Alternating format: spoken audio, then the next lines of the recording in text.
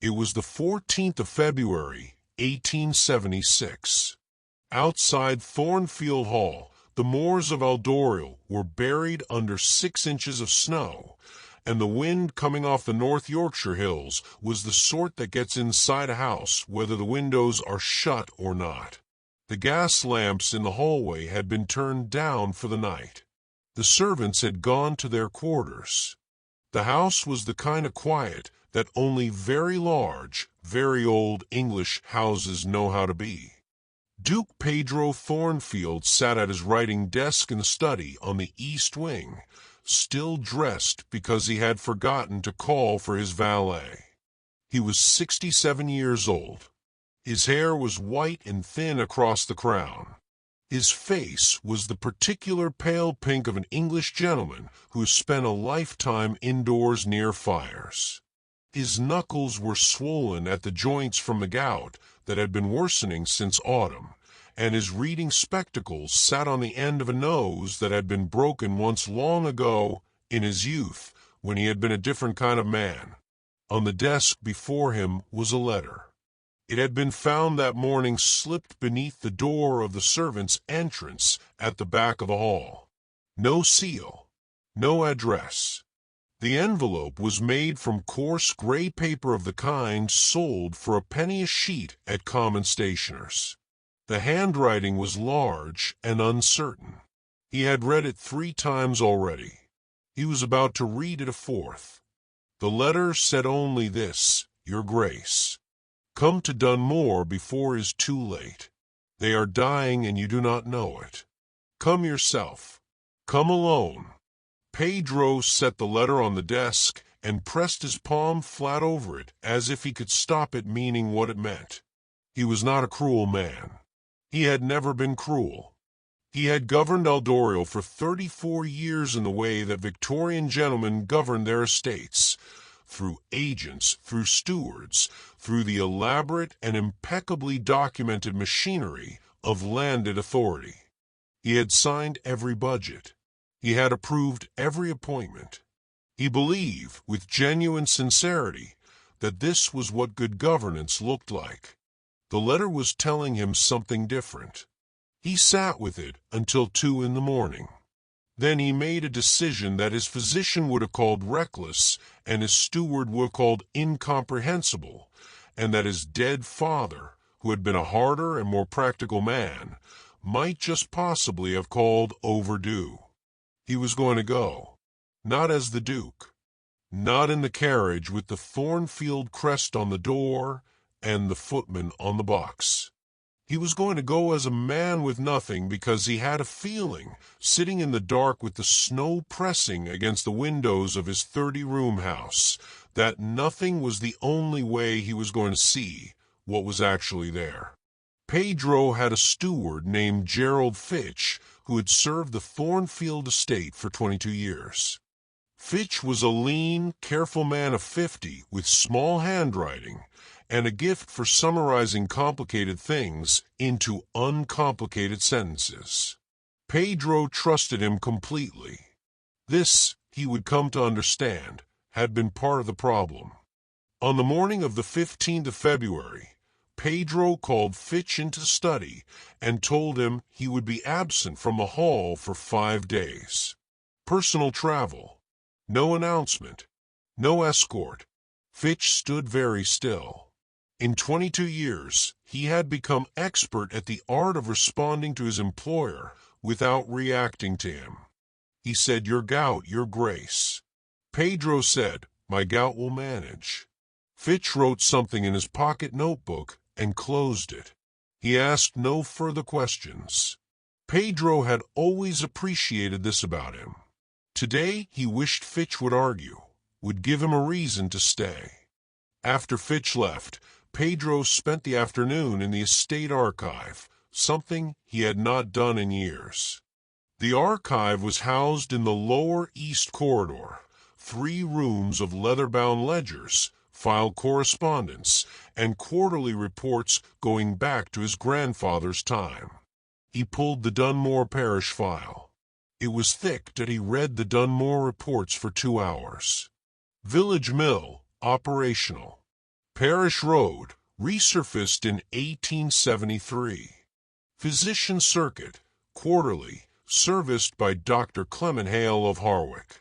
Rent collection, regular, no arrears noted.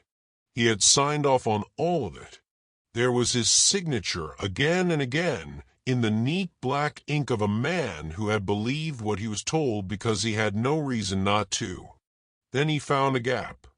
Between the October report of 1874 and the January report of 1875, there was nothing. 3 months with no correspondence from Dunmore.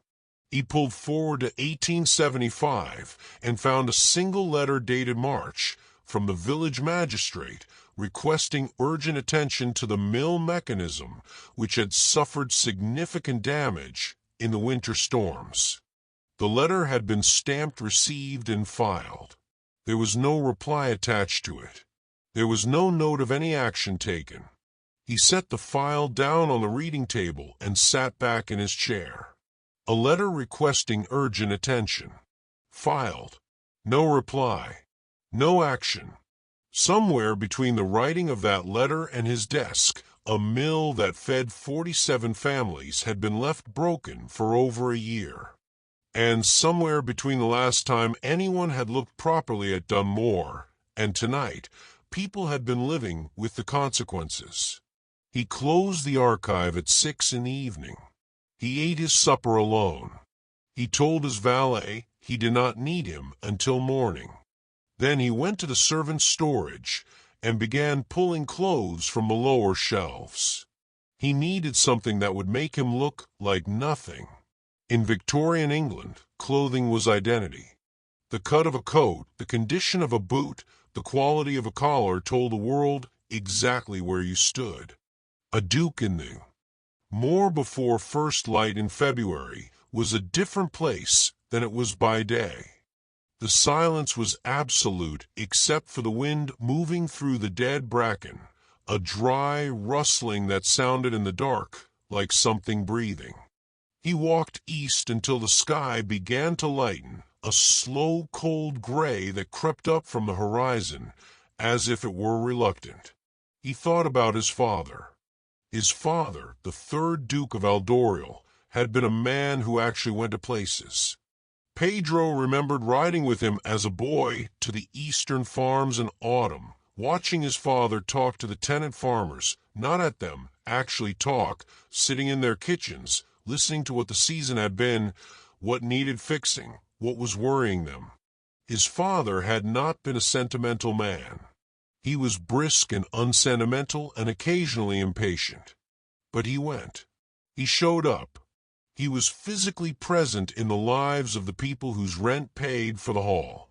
When had Pedro stopped doing that? He could not say exactly. It had been gradual. A bad winter where travel was difficult. Then a summer when he had been unwell.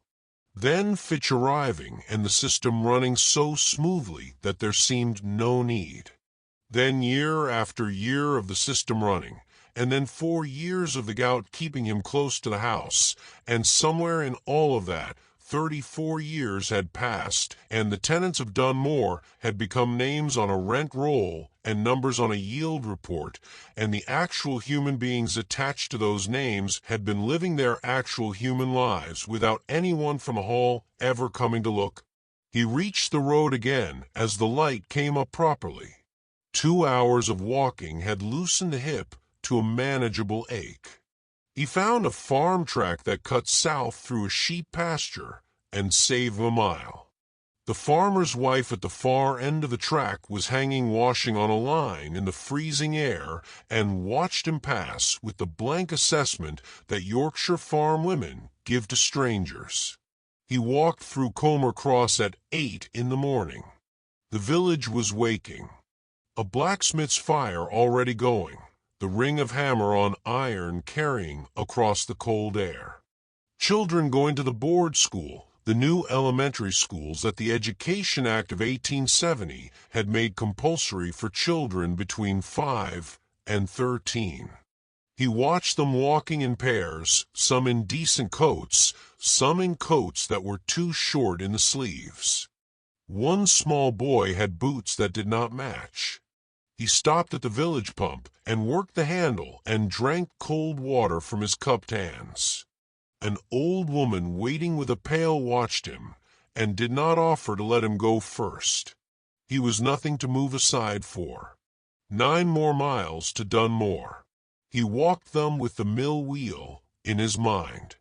A broken mill in a farming village was not just an inconvenience. The mill was where grain became flour. Without it, the bread stopped. In Victorian rural England, bread was not a comfort. It was the difference between feeding your family or not. He thought about 47 households grinding grain by hand or paying to cart it to a mill 10 miles away and paying again to have it ground, money coming out of wages that had no room in them for extra costs. He could see the first rooftops of Dunmore below him now, the beck glinting in the thin afternoon light, the church tower, and there, where the beck ran closest to the road, the mill. He stopped and looked. The wheel was not turning. The main arm had cracked and fallen across the headrace. The timber was black with damp and green along the lower edge with moss that did not grow on things that had been broken recently. That mill had been sitting like that through autumn, through winter, into another winter. He had signed a report that said operational. Dunmore in the winter of 1876 looked like a village that had been waiting for something to change for a very long time. Pedro walked it slowly, both because his hip required it and because he wanted to see. This was a new kind of seeing for him, seeing without the frame of authority around it. When a duke visits, people prepare. They mend what they can before his arrival. They put on their best clothes and stand a little straighter and show him what they want him to see, which is rarely the same as what is actually there. Nobody had prepared anything for a gray-coated old man walking slowly along the village lane with his hands in his pockets and his cap pulled down against the cold. The lane off the north side of the market square had 6 cottages in a row. He walked along them and looked at each one. The first had a window stuffed with rags where the glass had gone. Not a temporary repair. The rags were blackened at the edges from age and smoke. The second had a door that did not close flush with the frame, a gap at the top that the wind was finding freely. The third had a wall that bulged slightly outward at the base, the lower stones pushed by frost and damp over years of unaddressed water ingress. He stopped at the market square and looked at the covered well. The stone surround was original, old, well-made, but the wooden cover had warped badly and let in everything. The rope was frayed to half its original thickness. He pushed the cover aside and looked down. The water was 8 feet below, dark, with leaves floating on the surface. This was the drinking water for the village. He put the cover back and stood up and breathed slowly. He walked to the mill. Up close it was worse than it had looked from the hill. The crack in the main arm was not a storm break, clean and sudden. It was a rot failure. The timber had been softening for years. Someone would have noticed it. Someone would have mentioned it, perhaps, to the agent. The agent would have filed a note. The note would have been in a quarterly report that got summarized into a digest that landed on Pedro's desk as maintenance deferred pending assessment. He remembered reading that phrase without wondering what it deferred. He found the village magistrate, a stout, red-faced man named Aldous Webb, in his office above the post office on the south side of the square. Webb was cordial to strangers in the practiced way of men who held small official positions. Pedro introduced himself as a traveler, passing through on foot, interested in the district. Webb accepted this without suspicion. In 1876, It was not unusual for gentlemen of independent means to walk for their health. He asked about the mill. Webb sighed. Broken since October of '74. We wrote to the estate. March of '75. Fitch, the steward, acknowledged the letter by a postcard. Nothing else came. The women are using hand querns. He shook his head. It is hard on them. Pedro said, in the road? Webb looked at him with slightly more attention. Resurfaced in '73, he said. The northern stretch. The section through the village itself was not included in the contract. He paused. We were told it would be done the following year. It was not done. He paused again. Are you connected to the estate in some capacity, mister? Pedro said, just a traveler. Thank you for your time. He left before Webb could ask another question. Outside, a child was sitting on the steps of the post office eating something very small, and eating it very carefully, the way people eat when they are trying to make it last. She looked up at him. She had brown hair and gray eyes, and the direct gaze of a child who has not been taught to look away from adults. She said, "You have a kind face. Are you hungry?" He looked at her, at what she was eating. A crust of bread, the end piece, the heel. The darkest, hardest part of a loaf. Her name was Agnes Briggs. She was 8 years old. She told him this in the same breath as she told him she had already eaten most of her bread and only had the heel left, but he could have it if he wanted. He sat down on the step beside her. He was a duke. He was wearing a dead man's coat and sitting on a post office step in a broken village, and a child was offering him the last piece of her bread. And he understood, in the way that understanding sometimes arrives all at once rather than gradually, that if he refused it, he would be taking something from her that was more important than the bread. He took it. He thanked her. He ate it slowly. It was the hardest, driest, least flavorsome piece of bread he had eaten in his life. It was also, without question, the most significant meal he had eaten in years. She watched him eat with the unself-conscious attention of a child, and then asked him where he was going. He said he was not sure yet. She said that was all right. She sometimes did not know where she was going either. He asked if she lived in the village. She pointed to a cottage on the lane behind the square, the one with the warped door he had noticed earlier. He asked her if her parents were well. She considered this with the serious expression she seemed to bring to all questions. "My do works the quarry at Fenhollow," she said. "He comes on Sundays. My mam died last winter." She paused. The doctor was supposed to come. Dr. Hale. She paused again, and her voice did not crack. It just became very careful, the way voices get when they have already spent the worst of the grief, and what is left is just the shape of it. He did not come until March. She was gone in February. Pedro sat very still on the cold step. He had approved Dr. Clement Hale's circuit in the summer of 1874. He had looked at the route on a map in his study and said it looked reasonable. He had signed the quarterly payment.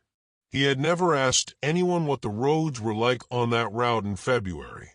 He had never asked anyone what happened to the people at the far end of it when the reasonable route became impassable. A woman had died in February. The doctor had come in March. Agnes' grandmother appeared at the cottage door. She was a small, upright woman of about 70 with white hair pinned tight, and the kind of face that long, hard work makes not bitter, just worn to its essence. She looked at the old man on the step beside her granddaughter and assessed him with calm, practiced eyes. Agnes said, "Gran, I gave him my bread." He looked hungry. Her grandmother said nothing for a moment.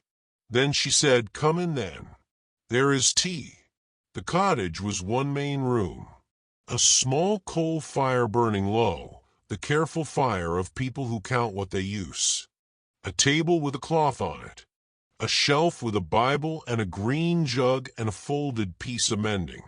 For chairs. It was so clean it hurt to look at. Whatever this family had, they had kept hold of its dignity with both hands. The grandmother poured tea into 2 cups and set one in front of him and one at her own place, and sat down.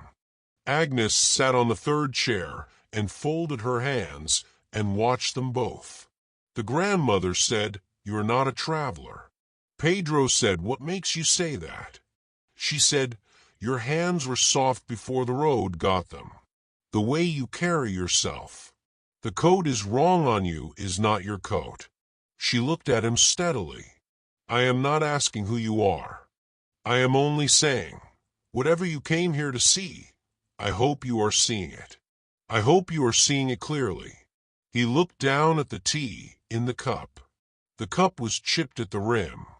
It had been chipped for a long time, and someone had turned it so the chip faced away. He said, "I am seeing it." She said, "Then go back to wherever you came from and do something about it. Because we have been patient a very long time." She paused, and patience runs out. Agnes was watching him with those direct gray eyes. She said, "Will you come back, mister?" The Moor's Edge was the only public house in Dunmore. It stood at the western end of the market square, a low building of Yorkshire stone, with a painted sign above the door that had been painted over twice without being fully repainted, so that you could see fragments of the previous name beneath the current one. That told you something about the village's resources without you having to ask.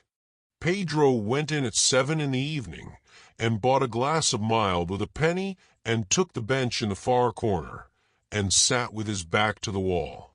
The fire was the main light in the room. The gas lamps that had been installed in Harwick's pub 2 years ago had not reached Dunmore.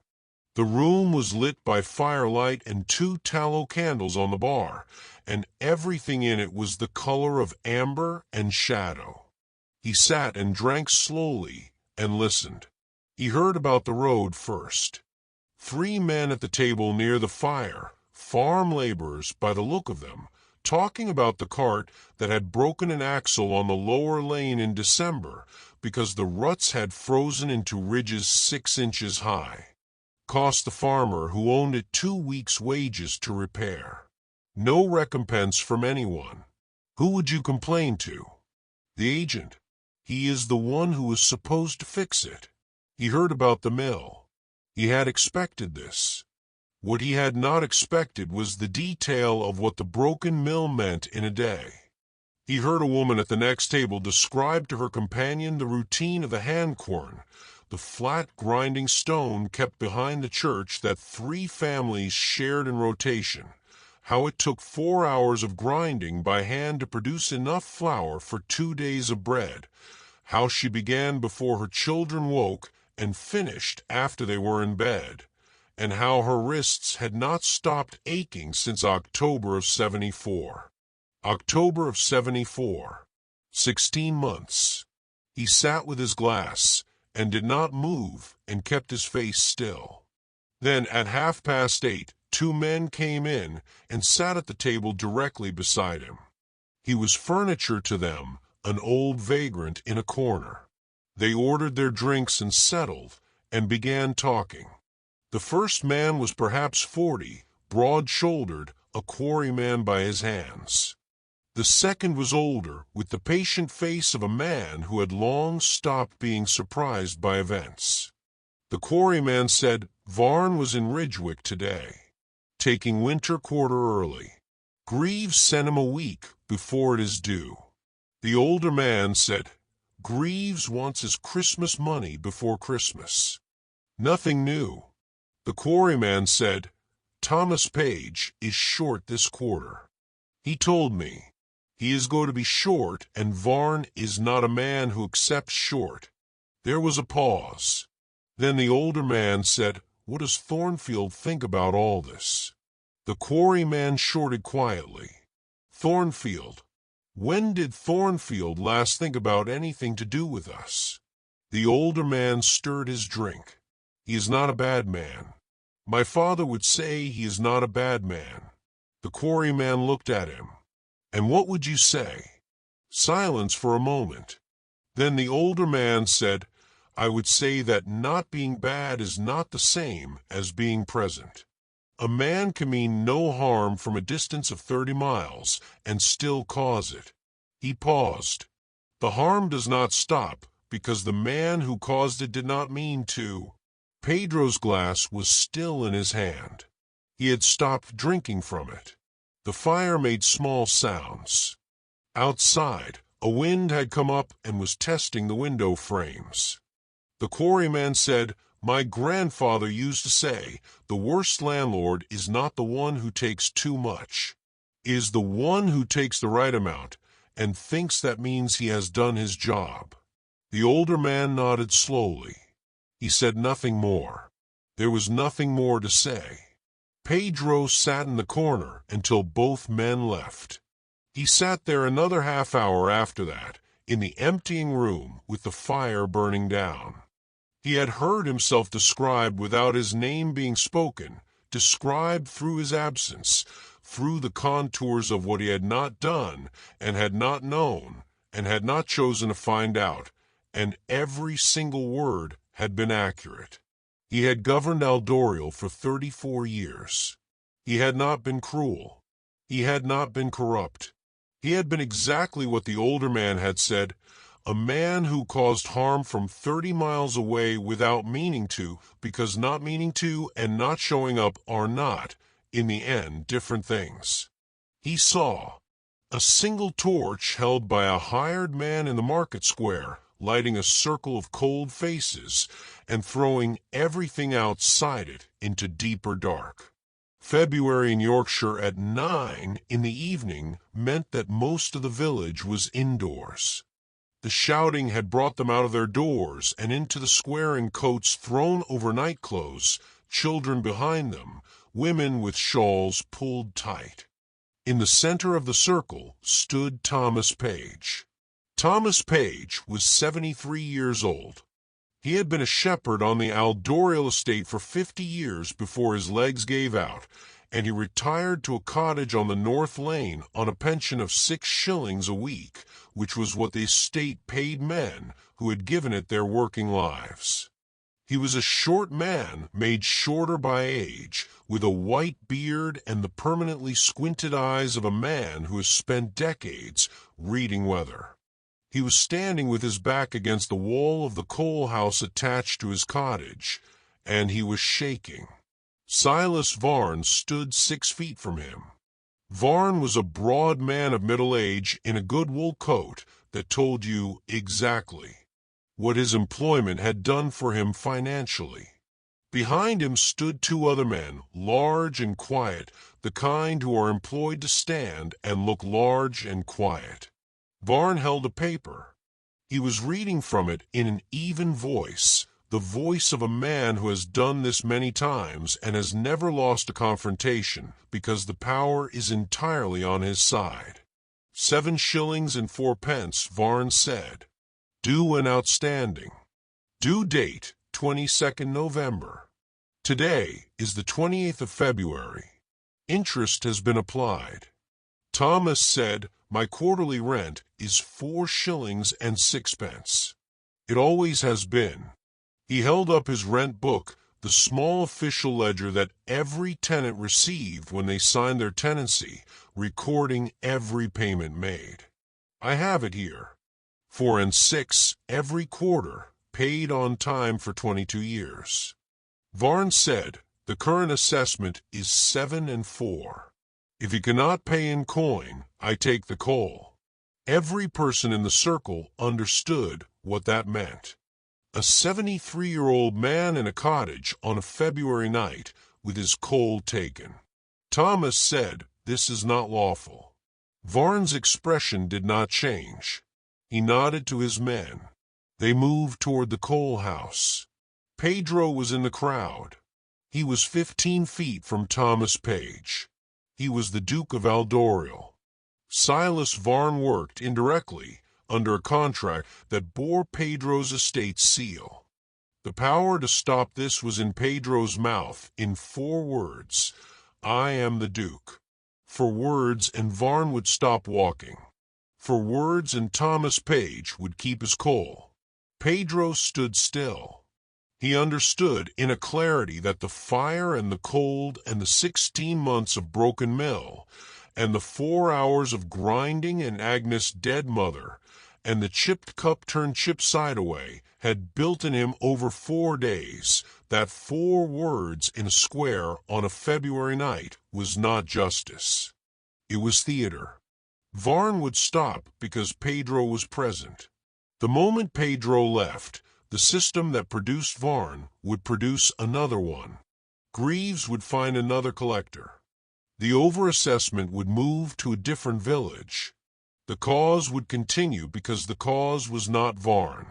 The cause was a duke who had signed contracts without inspecting them, who had received digests without reading the full reports, who had approved circuits without writing them, who had governed through other men's summaries for 34 years, and called it responsible leadership. The coal was taken. 2 men carrying in sacks, walking past the crowd, walking past Pedro, loading it onto a cart. Thomas Page said nothing more. He sat down very slowly on the step of his coal house, which was now empty, and put his face in his hands. A woman from a neighboring cottage came out with a blanket and put it around his shoulders without saying anything. Another woman brought a lamp. The crowd began to dissolve slowly in the silent way that crowds dissolve when something has happened that cannot be reversed tonight. Pedro walked to Thomas Page and crouched down, his hip protesting, and put his hand briefly on the old man's shoulder. Thomas looked at him. 2 old men in the February dark. Pedro said, "I am sorry." Thomas looked at him for a moment, then looked away. He did not know who he was talking to. He just said, "I." He did not stop that night. He knew if he sat down his hip would refuse to start again, and more than that, he needed the road. He needed the cold and the dark and the miles under his feet, because his mind was doing something that required movement to sustain it, a long and thorough and uncomfortable reckoning with 34 years of a life that had felt orderly and responsible, and now, in the light of 4 days in Dunmore, felt like something else entirely. The moor at night in February was as dark as England gets. There was no moon. The clouds had come back in and covered the stars he had seen through the shelter roof 2 nights before. He walked by the feel of a road under his boots, the packed earth of the track, the grass at the verges. Twice he stepped wrong and went ankle-deep into the ditch beside the road. He pulled himself out and kept going. He thought about the workhouse in Harwick, 12 miles east of Aldorial. He had authorized the estate's annual donation to the Harwick Poor Relief Fund every December since he inherited the dukedom. £50 a year. He had always thought of this as generosity. £50 a year, and meanwhile the people on his own land were paying false rents and grinding grain by hand and dying in February when the doctor did not come. He had been generous at a distance, and distance he now understood was a kind of theft. When you have the power to help people directly, and you do it through a donation instead, through a check signed at a desk 30 miles away, you get the comfort of having done something without the discomfort of knowing whether it has done anything. You get to feel like a good man without having to actually be one in front of the people whose lives depend on your choices. He was not a good man. He had not been a bad one. He had been an absent one. And the older man in the tavern was right. In the end, those 2 things produced the same result. By midnight he had crossed the moor and was coming down into the lower country north of Comer Cross. The road was better here, a metalled surface, and the going was easier. His hip was past speaking. It had been speaking for hours, and he had not answered, and it had resigned itself to the situation. His feet were wet from the ditch and cold in the two large boots. He was hungry in the specific, insistent way you get hungry when you have been walking for hours, and the last thing you ate was a heel of bread given to you by an 8-year-old girl. He thought about Agnes. She had given him her bread because he looked like he needed it. She had not asked who he was. She had not asked what he could do for her in return. She had looked at a hungry-looking old man on a step and done the thing that was in front of her to do, which was share what she had. She was 8 years old, and she had just given him a lesson in moral clarity that no philosopher or bishop or parliamentary reformer had managed in 67 years. The knowledge of what he was going to have to do when he got home was not frightening. That surprised him. He had expected it to feel like a burden. Instead, it felt like the first clear direction he had been given in years. There was so much to do. There was so much to fix. Greaves and Varn, the mill, the roads, the physician's circuit, the housing, the rents, the whole system that had been running without proper oversight for 3 decades. All of it, it would take years. Some of it might not be fully fixable. The woman who had died in February, while Dr. Hale was not on the road, could not be brought back. Thomas Page's coal could be returned, but the indignity of that night in the square could not be erased. The 16 months of hand-grinding could not be lived backwards. He could not undo what had been. He could only change what came next. He reached the Aldorial Valley at 4 in the morning. The hall was on the hill above, dark except for the watchman's lamp at the gate. He walked up the long lane. His breath came in clouds. The snow in the garden was undisturbed, blue-white in the pre-dawn dark. He rang the gate bell. The watchman came after a minute, lamp raised, and looked at the man on the step, and then looked longer. He said, "Your Grace?" Pedro said, "Yes." "Open the gate, please." He began with the mill, not because it was the most urgent thing, though it had been urgent for 16 months. He began with it because it was the most concrete. He could send men. He could send materials. He could have the mill turning within a fortnight if he moved quickly, and he wanted more than anything to do something that the women grinding grain by hand behind the church would feel the effect of before February was out. He sent the estate carpenter, James Norris, to Dunmore on the 18th of February with 2 assistants, a full set of replacement timbers for the mill arm, new ironwork for the gate mechanism, and a letter of authority in Pedro's own hand instructing Norris to remain until the mill was fully operational, and to report back not with a summary, but with a complete account of everything else he observed needing attention while he was there. Norris came back 3 weeks later with the mill fixed and 4 additional pages of notes. Pedro read all of them. He dismissed Greaves in writing on the 1st of March. The letter was formal, precise, and contained a clause requiring the surrender of all collection records for the Aldorial Southern parishes going back to 1868, the year Greaves had taken the contract. Pedro hired a solicitor from York to audit the records. What the audit found was presented to him on a Tuesday morning in April in a leather folder that the solicitor set on his desk with some care. The overcharging had been systematic.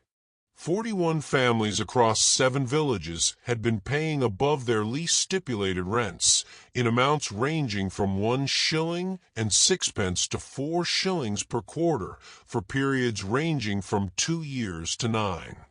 When the solicitor totaled it, The figure sat in the room between them without comment for a full minute. Pedro said, "I want every family repaid. The full amount, with 5% interest from the date of first overcharge. Draw it from the estate capital reserve." The solicitor said, "That is a considerable sum, Your Grace." Pedro said, "Yes. Make arrangements." Silas Varn faced a magistrate's inquiry in March. Thomas Page's coal was returned in February by Pedro's direct order, carried back to the coal house by two of Pedro's own estate men on a Tuesday morning while half the village watched. Pedro was not there to see it. He did not need to be. The point was not his presence. The point was that it happened. Dr. Hale's circuit was redrawn.